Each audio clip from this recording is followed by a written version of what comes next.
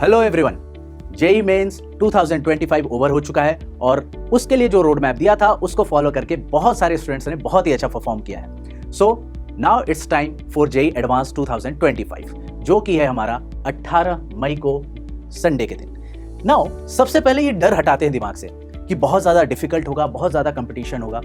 Let's go through the facts. Mains में 10 लाख से 15 lakh students तक एग्जाम देते हैं एंड सेलेक्ट कितने होते हैं?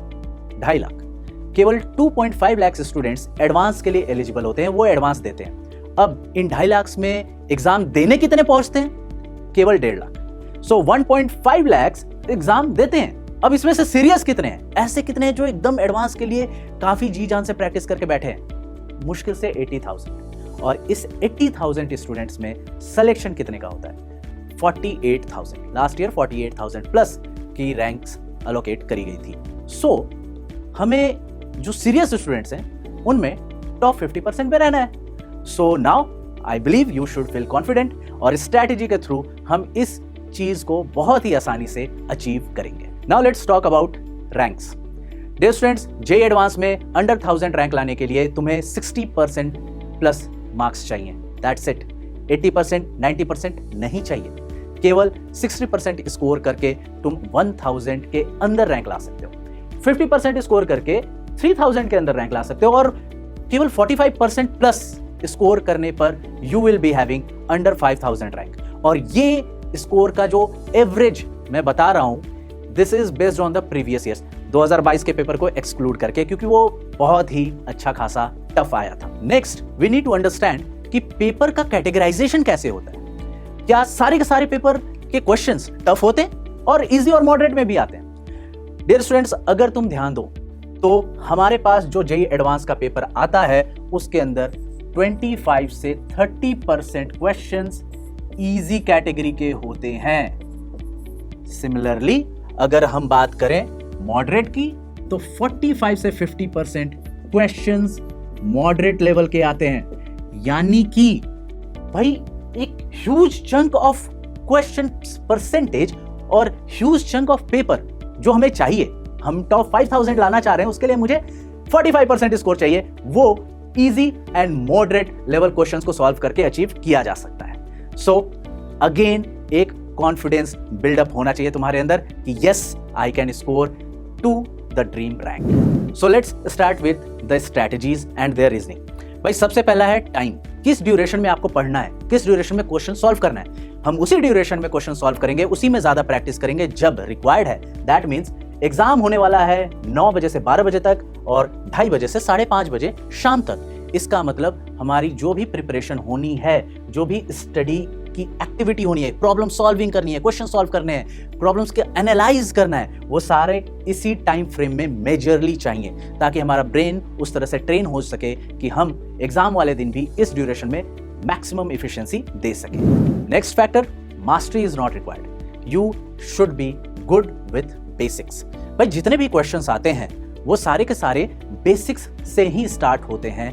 आपको बेसिक क्लियर है तो आप उसका डेरिवेशन कर सकते हो, उसके अंदर जो भी गेम खेला है आईआईटी ने उसको एनालाइज कर सकते हो, समझ सकते हो और सॉल्व कर सकते हो। प्रैक्टिस डेफिनेटली करनी है क्वेश्चंस की, बट ऐसा नहीं है कि बेसिक्स ही भूल गए कि ये कॉन्सेप्ट डिराइव कैसे होता है, ये फॉर्मूला आया कैसे। आखिर वो कॉन्सेप्ट ही भूल गए जिससे वो फॉर्मूला या मेथोडोलॉजी डिराइव होती है, तो कोई भी मॉडिफिकेशन हुआ उस तरह के क्वेश्चंस को तुम सॉल्व नहीं कर पाओगे। अगर हमारे पास कोई क्वेश्चन आ रहा है लोकस का, तो कंडीशंस क्यों लगा रहे हैं। अगर हमारे पास कोई क्वेश्चन आ रही है इलेक्ट्रोकेमिस्ट्री और रेडॉक्स की मिक्सिंग से, तो वहां पर क्लियरली समझ में आना चाहिए कि क्या कॉन्सेप्ट यूज हुआ है और उसको सॉल्व करने के लिए किस मेथड को हमें फॉलो करना है। सो जब भी तुम प्रैक्टिस करो क्वेश्चंस में, डोंट गो लाइक कि ये क्वेश्चन का इस तरह से सॉल्यूशन होता है।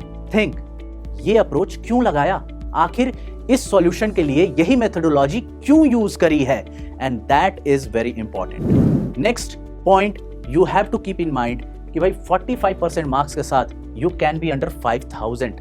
मैंने पहले भी बताया स्टार्टिंग में ही कि 60% से अगर ज्यादा स्कोर कर लेते हो you will be under 1000 rank. अगर आप 50% से ज्यादा स्कोर कर रहे हो यू विल बी अंडर 3000 और 5000 के लिए 45% मार्क्स एनफ है। तो अपने आप को एग्जर्ट नहीं करना है। ये नहीं कि मैं ये भी कवर करूं, वो भी कवर करूं और किसी भी चीज को ढंग से कवर ना कर पाओ, ऐसा बिल्कुल भी नहीं होने देना है। नेक्स्ट पॉइंट इज प्रिपेयरिंग पर chapter will not produce result. क्यों भाई? क्योंकि आईआईटी कभी भी एक चैप्टर से, एक ही टॉपिक से सवाल नहीं पूछता, unless we are talking about the good questions.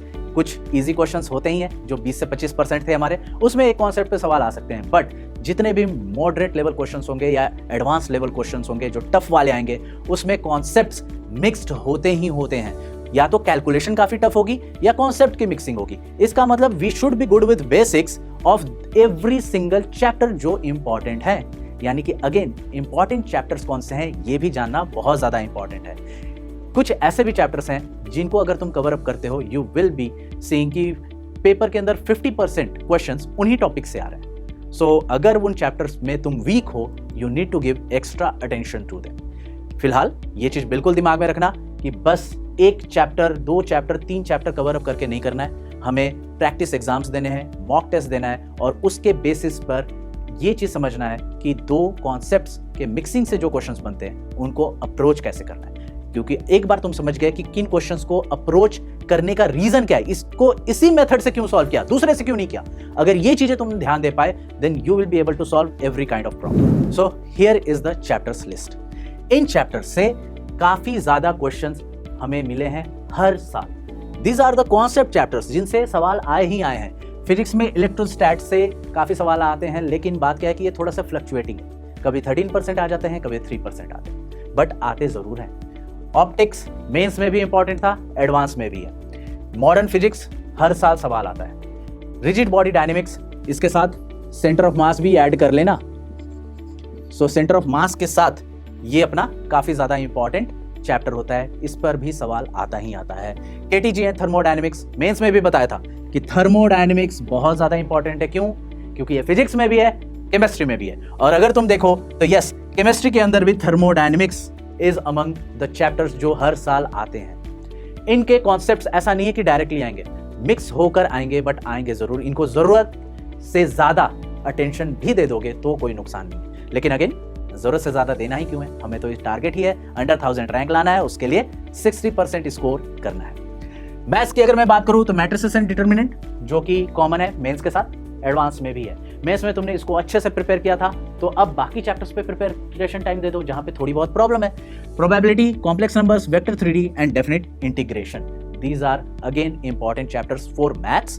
Chemistry में पी ब्लॉक इग्नोर नहीं करना है। कोऑर्डिनेशन कंपाउंड्स बिल्कुल भी इग्नोर नहीं करना है, क्योंकि ये मेंस के लिए भी इंपॉर्टेंट था, यहाँ पे भी है। केमिकल काइनेटिक्स से भी सवाल आते हैं। GOC reaction mechanism and ES based reactions of phenol and aniline, इन पे एक्स्ट्रा अटेंशन देना, क्योंकि ऑर्गेनिक से सवाल काफी रैंडमली आता है, वास्ट आता है। बट एक चीज कॉमन है कि जब भी क्वेश्चंस आते हैं एरोमेटिक कंपाउंड्स के ऊपर जो रिएक्शंस हैं वो वाले काफी ज्यादा आते हैं, दैट मींस उनके आने की प्रोबेबिलिटी ज्यादा है। सो उन पे फोकस डेफिनेटली करना है। इलेक्ट्रोकेमिस्ट्री रेडॉक्स के साथ मिलकर आती है, सो इन दोनों चैप्टर्स को और अच्छे से करना है। अब फाइनल कंक्लूजन करते हैं।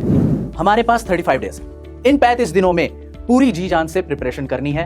भाई चैप्टर्स बेस्ड अगर स्टडी की रिक्वायरमेंट है, तुम्हें लग रहा है कि कुछ चैप्टर्स हैं जो मैंने लिस्ट में दिए ये प्रिपेयर्ड नहीं है, 10 दिन है तुम्हारे पास। इन 10 दिनों में इन चैप्टर्स के कॉन्सेप्ट्स रिवाइज करो, फॉर्मूला याद करो, उनके बेसिक्स को समझो, क्वेश्चंस प्रैक्टिस करो।